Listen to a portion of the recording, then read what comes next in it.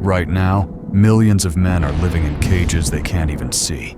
Not iron bars, not locked doors. A different kind of prison, built out of silence, shame, and manipulation. They believe they're good husbands, loyal partners, decent men. They work hard, sacrifice, provide, protect. Yet every day, they feel smaller, emptier, more invisible in their own homes. Here's the brutal truth. Not every abuser is a man, and not every victim is a woman. But society doesn't want you to know that. Because when a man hits, there are bruises. There's evidence. People rush in to help. But when a woman wages psychological war, the wounds don't show. No scars, no proof, no rescue. That's what makes it so dangerous. You can be shredded piece by piece, year after year, and the world will still see her as the saint and you as the problem. This is psychological violence. It doesn't strike your body, it erodes your soul. And the terrifying part? By the time most men recognize what's happening, it's already too late. Today, I'm pulling back the curtain on this hidden battlefield. I'll expose the exact weapons women use to control, isolate, and break men. And once you see them, you'll never unsee them. Because this isn't love. This isn't marriage. It's a hostage situation. And the longer you stay blind to it, the more of your life you lose to someone who doesn't love you, only loves controlling you. Stay with me. What you're about to hear might be the wake-up call you didn't know you needed. All your life, you've been told one story. Men are the danger. Men are the abusers. Men are the ones who destroy relationships. And women? They're always the victims. Innocent. Pure. Helpless. That's the script society writes for us. And most men swallow it whole. But what if that story is a lie? What if the real battlefield isn't fists, bruises, and police reports, but silence, guilt, and manipulation? Not violence you can see, but violence you can feel.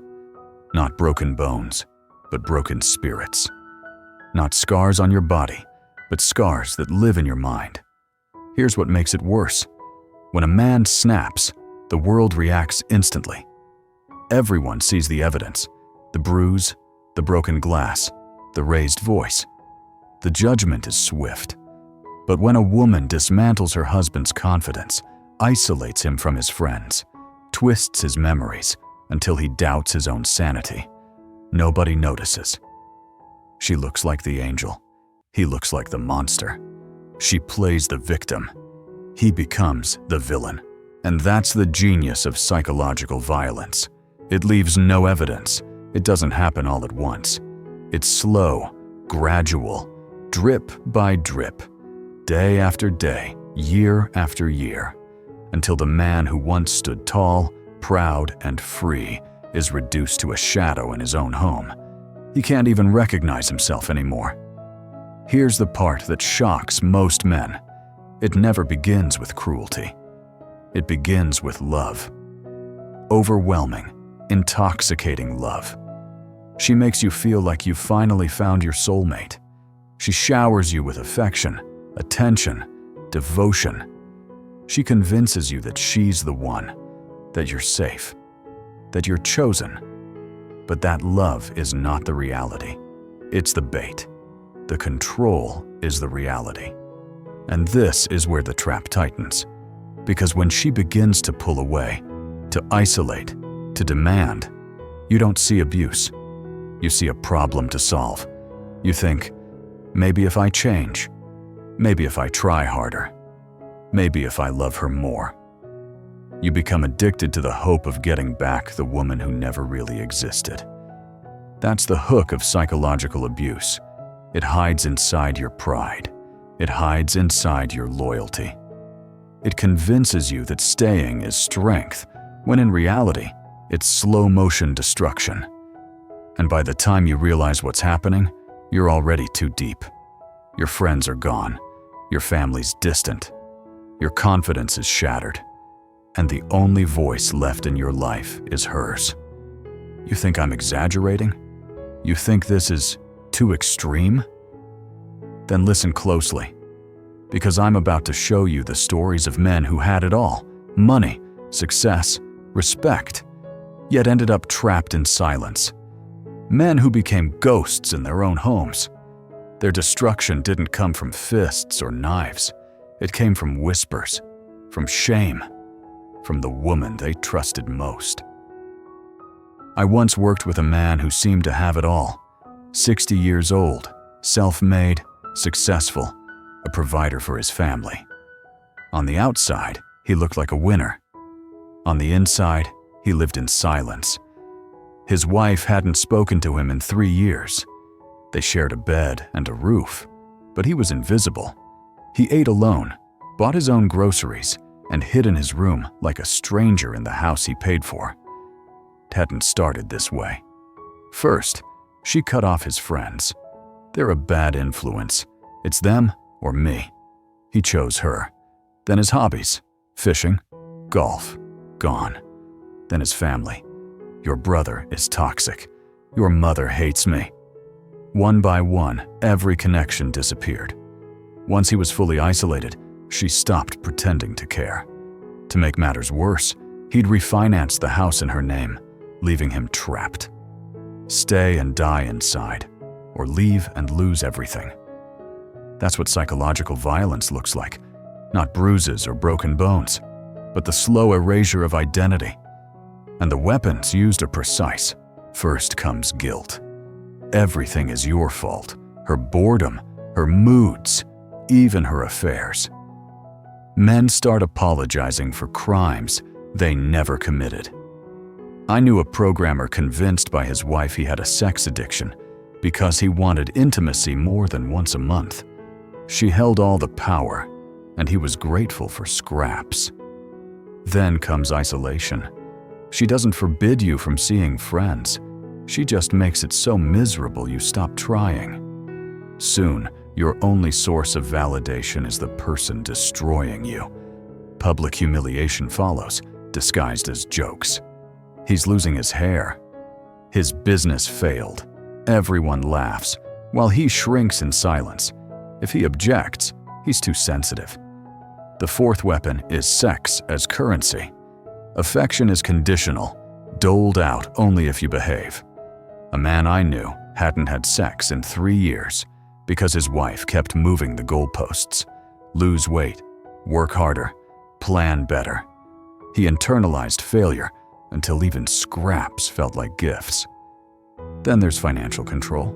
She pressures, compares, and shames you into working harder, while accusing you of neglect if you do. And when all else fails, she uses the nuclear option: the children. You'll never see them again. They'll know you didn't love them enough to stay. That threat is enough to keep any father chained in silence.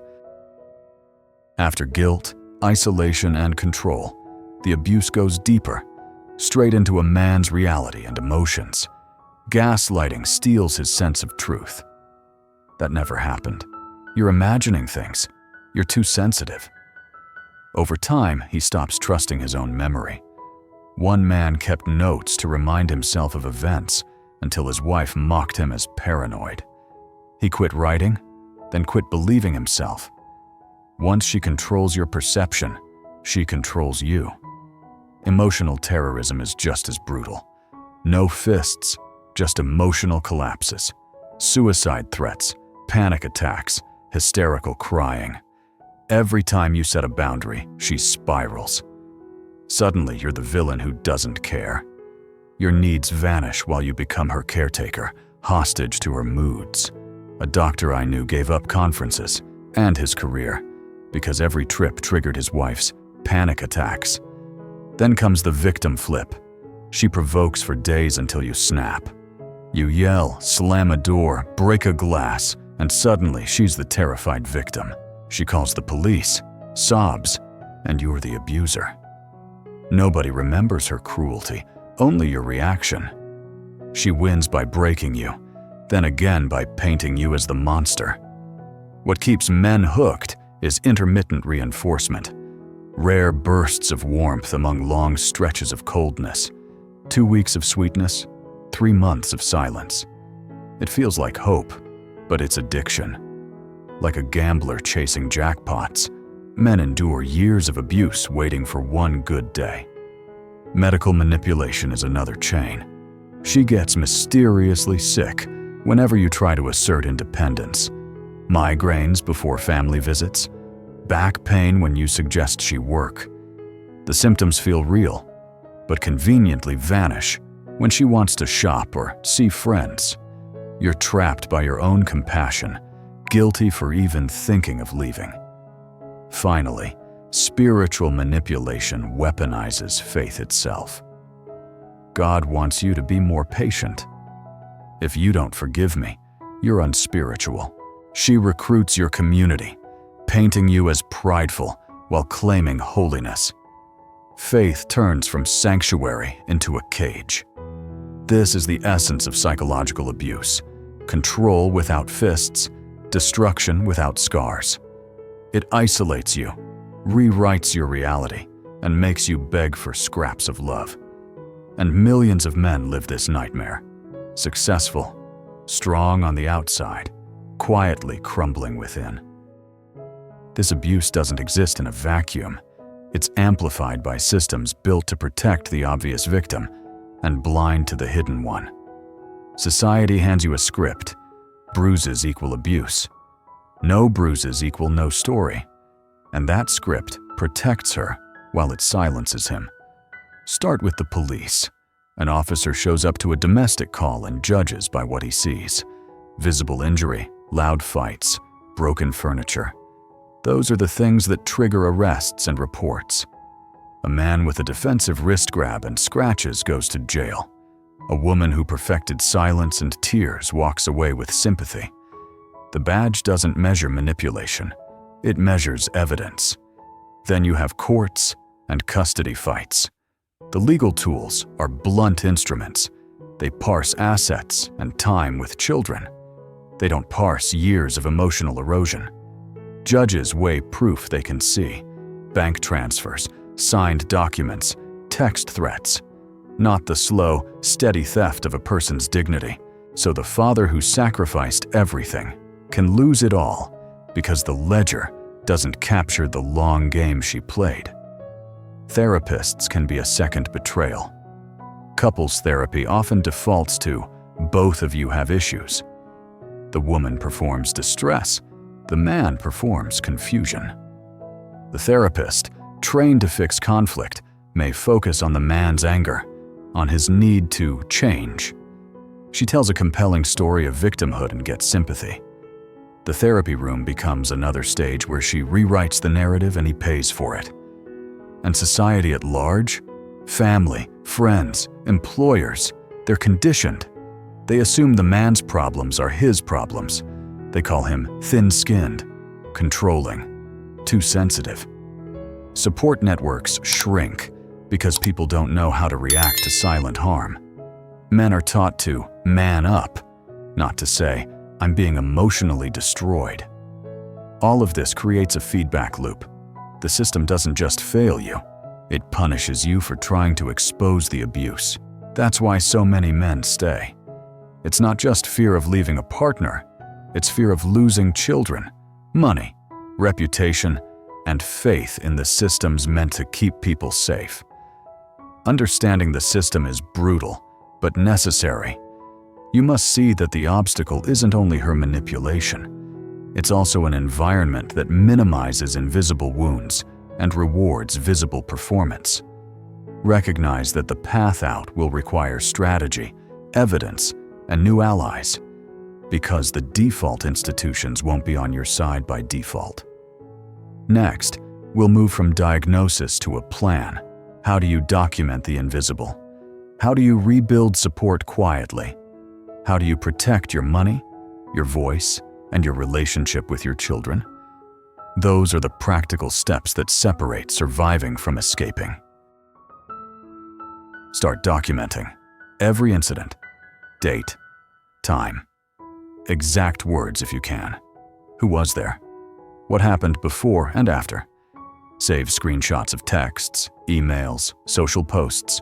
Record voicemail timestamps. If you keep a physical notebook, photograph each page and email the photo to yourself. Send the emails from an account she doesn't know about. Make copies. The goal is a trail you can't be gaslit out of. Control your digital footprint. Back up important files to a cloud account she can't access. Change passwords on devices and accounts she might know. Create a private email and a separate phone number, Google Voice or similar, for contacts you rebuild. Don't announce this work on social media. Quiet moves save lives. Get your finances in order quietly. Open a bank account in your name only. Start a separate savings line she can't see. Track every asset. Bank statements, mortgage papers, titles, investment accounts. If transactions are joint, begin documenting contributions and ownership. If you can, secure a small emergency cash stash in a place she won't find. Money is leverage. Rebuilding it creates options. Rebuild your network in secret. Reach out to one trusted friend or family member first, not 10. Tell them the truth. Ask for small, specific help. A place to stay for a night. A call when you need to leave. Company at a hearing. Join men's support groups. Online can be safer at first.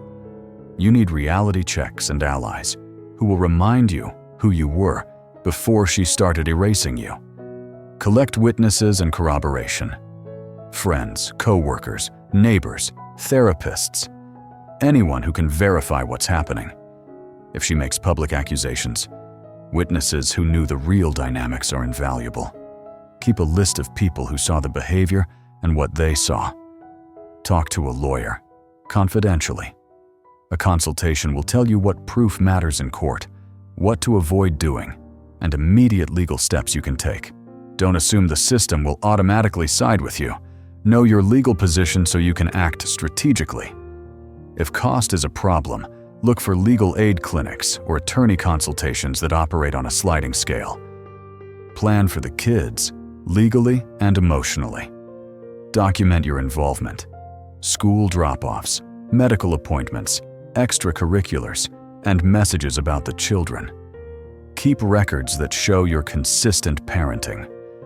Talk to an attorney about custody realities and temporary orders.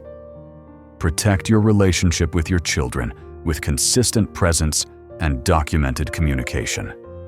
Protect your mental health. Abuse eats at your identity. See a therapist who takes male survivors seriously. If local therapists seem biased, look for clinicians who specialize in trauma or IPV, intimate partner violence, and ask direct questions about their experience with male clients. Crying, anger, shame, all normal.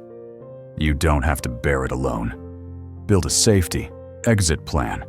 Know where you'll go, how you'll get there, and what you'll take. Pack an emergency bag and keep it somewhere safe.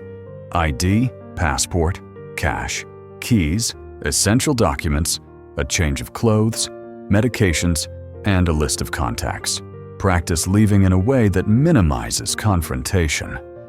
If immediate danger exists, contact emergency services. Your personal safety comes first. Careful with confrontation. Don't try to prove anything in the heat of an argument. Aggressive defense can be turned against you. Use documentation and legal channels rather than escalation. Stay calm in public and consider recording interactions where it's legal to do so. Check local laws. Prepare your story. If she flips the script, you'll need a clear, factual timeline you can provide to allies, therapists, lawyers, or the court. Short statements with dates and evidence are stronger than emotional monologues. Practice explaining what happened in 2 to 3 sentences, then provide documents. Know the limits of institutions and use what helps. Police, courts, and therapists may not default to your side. That's brutal, but it's reality. Use documentation, witnesses, and legal advice to make your case. Public exposure can help in some situations, but it can also escalate risks. Move cautiously. Small wins matter. Rebuilding money, making one new friend, booking a therapist appointment, these are victories. They rebuild identity and options. Focus on one practical step each day. Momentum matters more than perfection. If you decide to leave, do it with a plan. Timing, safe transport, legal counsel, and trusted allies will reduce risk. If you decide to stay, set firm boundaries. Insist on individual therapy. Document every breach, and keep building your options. Staying as a compromise is not strength if it costs yourself. You don't have to do this perfectly. You do have to do it deliberately. Start with documentation, one trusted ally, and one financial move. Those three things create distance between being trapped and having choices. Here's the hardest truth you need to face. The woman you think you love doesn't exist. That sweet, caring, affectionate version of her, that was a mask, a performance, a trap to pull you in. The real version is the one who controls you, isolates you, and breaks you. The love you remember isn't love. It's bait. The abuse is the reality. And if you're sitting here thinking, but my situation is different. She's not that bad. I can fix this. Stop lying to yourself. That's what every man thinks. That's what I thought. That's what men tell themselves until they're 60 years old, eating dinner alone in the same house they paid for, too broken to fight back. You can't fix someone who doesn't think they're broken. In her mind, the relationship is perfect. She has total control. You give her everything she wants. And if you're unhappy, that's your problem. That's your punishment for not being a better servant. Here's the choice. Stay and lose yourself piece by piece until nothing is left. Or leave and risk losing money, house, kids, reputation. Both paths are brutal, but only one gives you a chance to reclaim your life. And deep down, you already know which one it is. Tomorrow will not be better. Tomorrow will be the same. And the next day, and the next, until years vanish and you wonder where your life went. That's the prison of psychological abuse. It steals your time, the one resource you can never get back. So ask yourself, how many more days are you willing to waste in silence? How many more years are you willing to trade for a woman who doesn't love you, only loves controlling you? You have one life, one chance, and right now, you're spending it as a prisoner in your own home, a prisoner to someone who doesn't love you, who only loves controlling you. Most men will do nothing. They'll finish this video, feel a sting of recognition, maybe even anger, then go back to their cage. Because leaving is scary, starting over is hard, and pride whispers, maybe it's not that bad. Maybe tomorrow will be better. But it won't. Tomorrow will be exactly like today, and the day after, and the day after that, until you're old, bitter, and wondering where your life went. A few of you will hear this as your wake-up call. You'll start planning. You'll rebuild your network. You'll protect your money. You'll prepare your exit. And one day, you'll look back and realize this was the moment everything changed. So here's the question. Will you stay in hell with the devil you know? Or will you risk everything for the chance at freedom?